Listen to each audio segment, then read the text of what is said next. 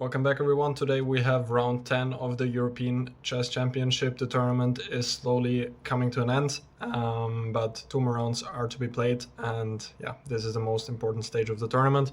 I'm playing against, I think he's 13-year-old or even 12. I think he's born in 2011, if I'm not wrong, from Azerbaijan, and he's already an international master, has a rating of 2400. So yeah, prodigy is one way to put it. But in this tournament, he hasn't performed crazy or anything. He has a performance of 2380 or something. So yeah, I mean, for sure he's really good, especially for his age. But still, I'm the favorite for sure. And yeah, I have the black pieces. He mostly goes for some sort of Catalan. So yeah, I'm just checking some lines there. He could also go e4, but it's a bit less likely. So yeah, just I'm repeating some lines. Of course, I have to say after yesterday it was not easy to recover, but yeah, I think I did my best. I tried to just forget about the game, and I think I managed to do so pretty well.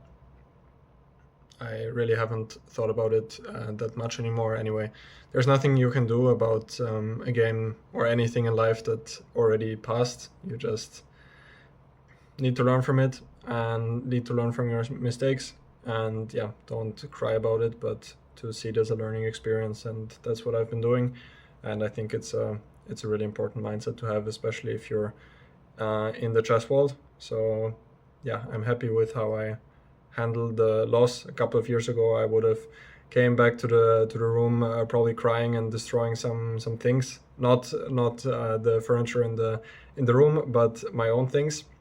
Have to add that. But yeah, I'm past that stage, and I'm happy to say that. So anyway, yeah, there are 2 more rounds. I try not to think about it that much, about the tournament standings. Even I'm not sure if I win both of my last games, if it will be enough for the World Cup qualification. It's hard to say. With +4, it could be that 2 or 3 people with the best Buchholz qualify, but it's not guaranteed. And anyway, I think it's not the right approach to think about it now. Anyway, there are 2 more games, and first of all, I have to win today to even think about this question. So yeah, it's an important game, especially psychologically, to be able to come back after the game yesterday. Is a challenge, but yeah, I would be very happy if I manage to conquer that challenge. Anyway, that's all I wanted to say. I gotta do a bit more preparation. Still, the game should start in how late is it now? It's 2:23 p.m. So I still have 20-25 more minutes to prepare. And yeah, thank you guys for watching the pre-game video, and I'll see you in the recap. Welcome back, guys, to today's recap. It was round number 10, and I played against a really young player, international master from Azerbaijan, Ahmed Khagan. I still don't know what exact age he is, if he's 12 or 13, but something along that range, and already 2400. So quite the prodigy, but yeah, I managed to win what I think was a pretty nice game, which puts me back to +3. So now, yeah, it was very important to come back from this yesterday's very unfortunate game, and yeah, now +3 is quite a good score to start into the last round. I have to say already now that I'm not sure, it's not guaranteed to qualify with +4. So even if I win the game tomorrow, it's not guaranteed that I make it to the World Cup. But yeah, anyway, we will see about that, about tomorrow's game. There are still no pairings out, so yeah, hard to say what's going to happen tomorrow. But for today's game, my opponent started with knight f3, knight f6, c4, e6, and now after d5, he went for d4, transposing back to the Catalan.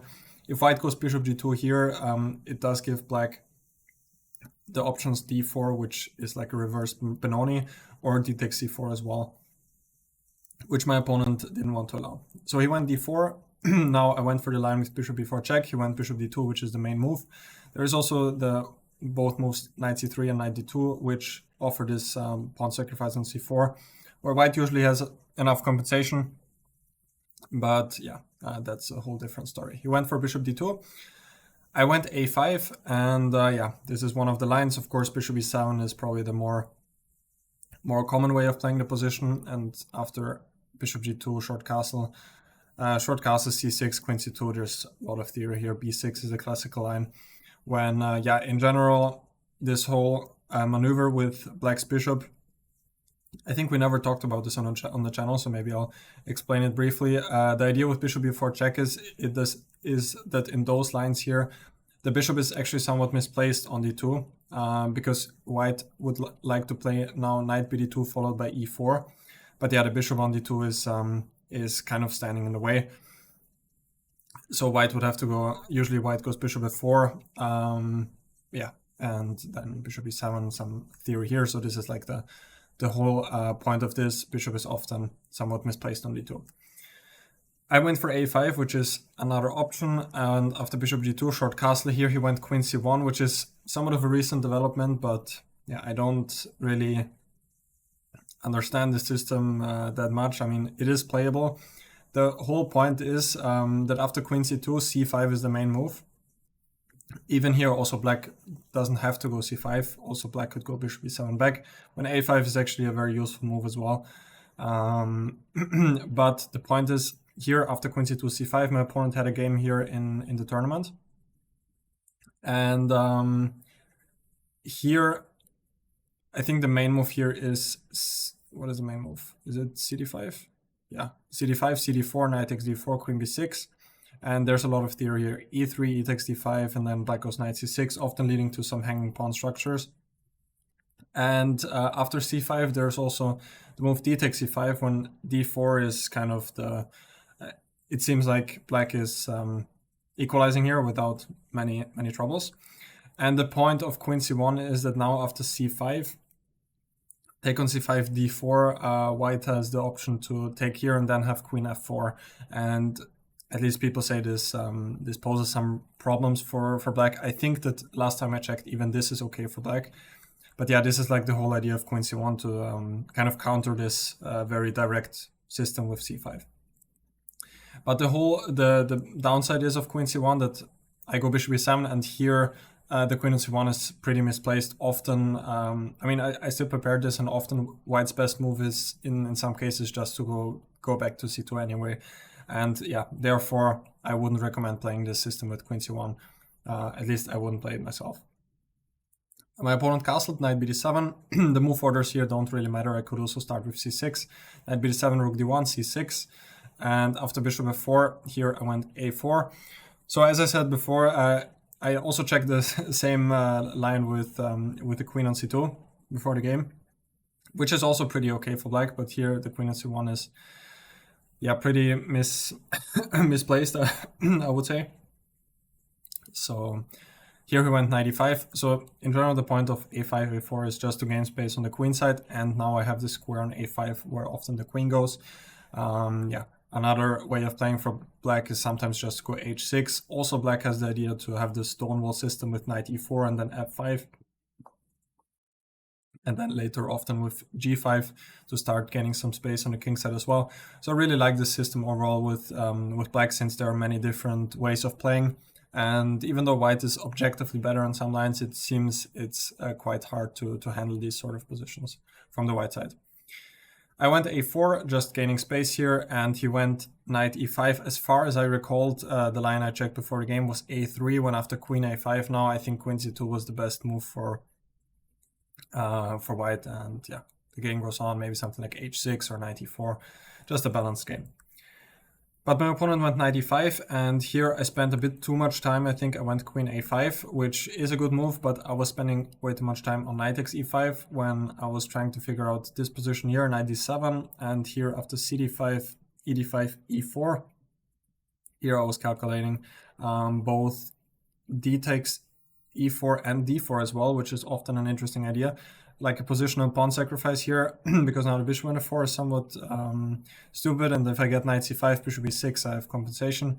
But yeah, I thought it's pretty unnecessary to play like this. And d takes e4 also seemed interesting, but here my issue was, I think, knight d2, and queen a5 is... No, queen a5, there was knight c4 here. So yeah, I think knight d2 was my issue. Also, some positions like this often, if just knight c3, queen a5, e6 takes, and knight takes e4. I didn't really want to enter this sort of stuff. I am a pawn up here, but it seemed like white has pretty good piece activity here, which I didn't want to give my opponent. So therefore, after some time, I just decided to stop calculating this and just play queen a5, which is also anyway a very useful and logical move. And he went knight c3, which did surprise me. I still thought that maybe you should go for some a3 or maybe knight to d2.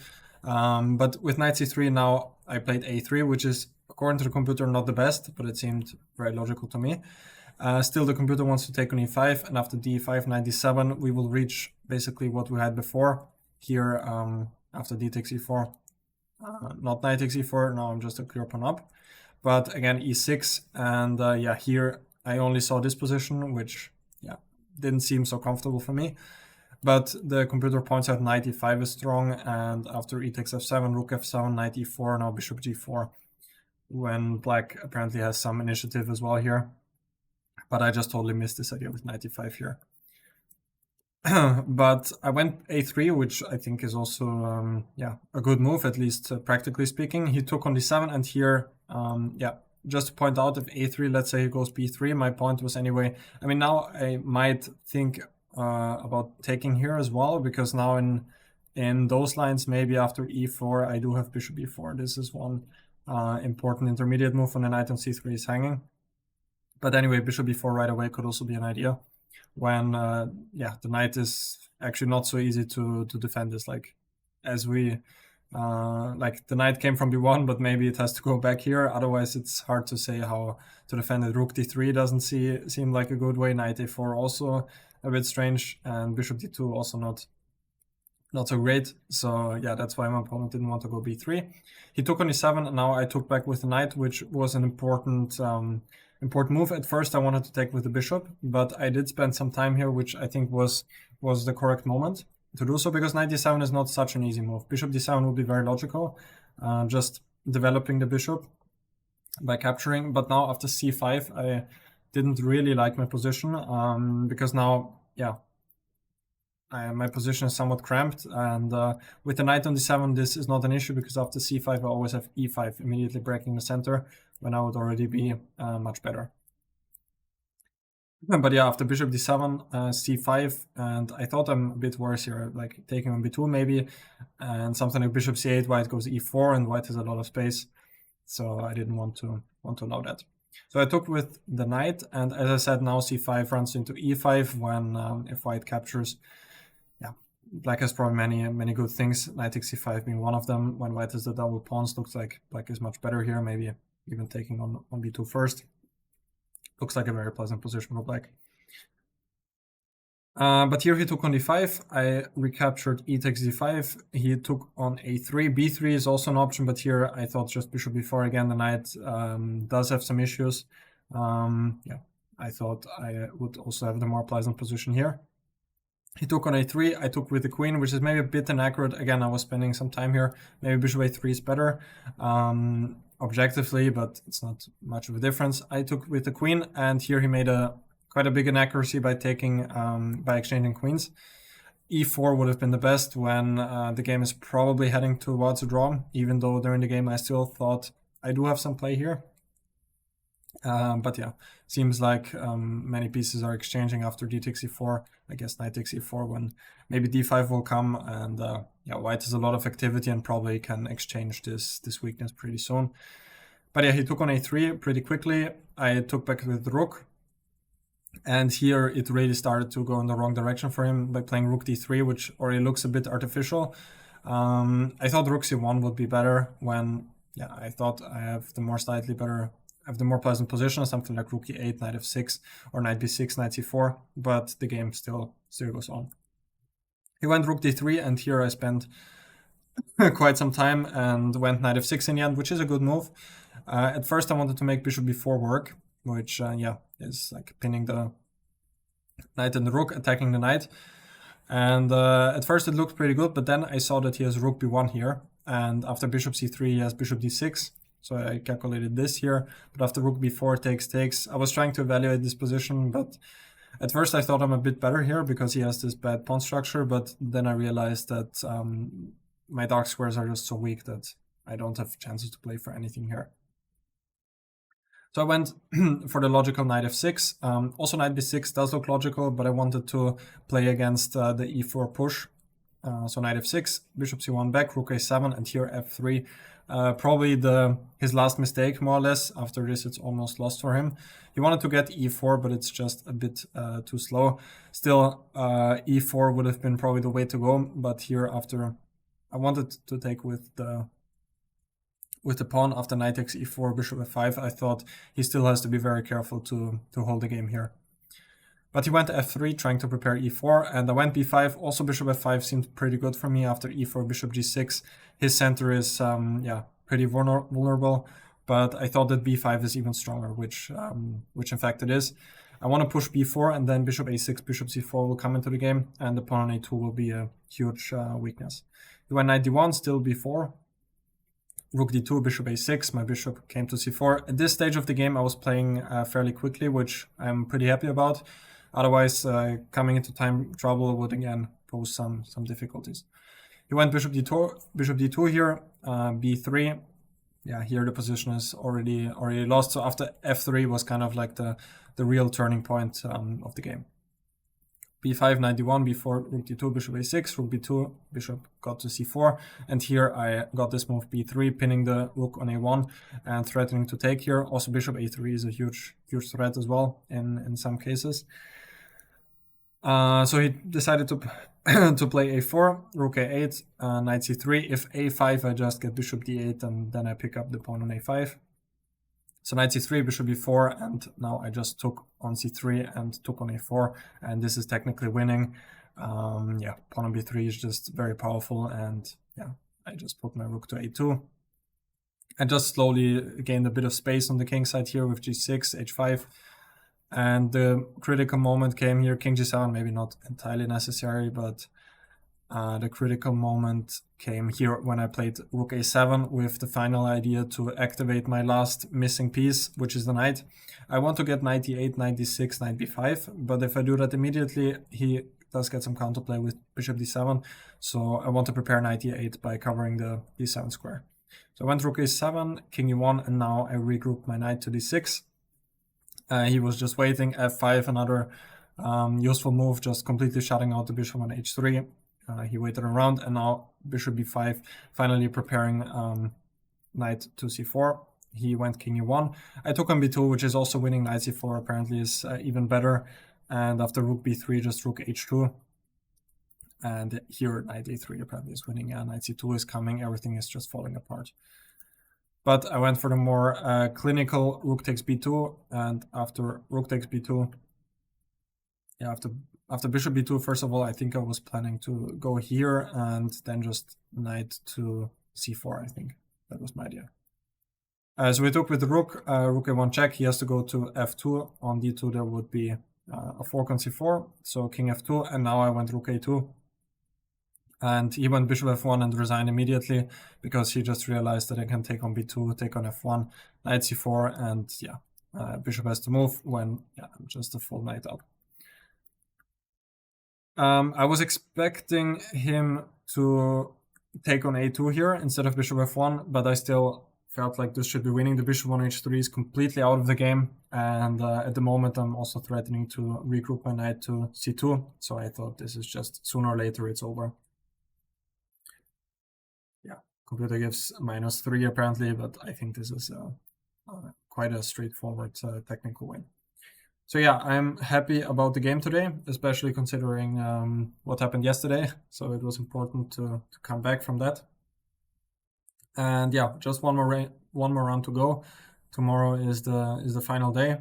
As I said before about the qualification, it's hard to say if it is possible or not, but I'll just try to play my game and we'll see how it goes. So yeah, thank you guys for watching. I hope you enjoyed today's video. If you did, don't forget to leave a like and subscribe to the channel. Otherwise, take care guys. Thank you for watching and see you tomorrow.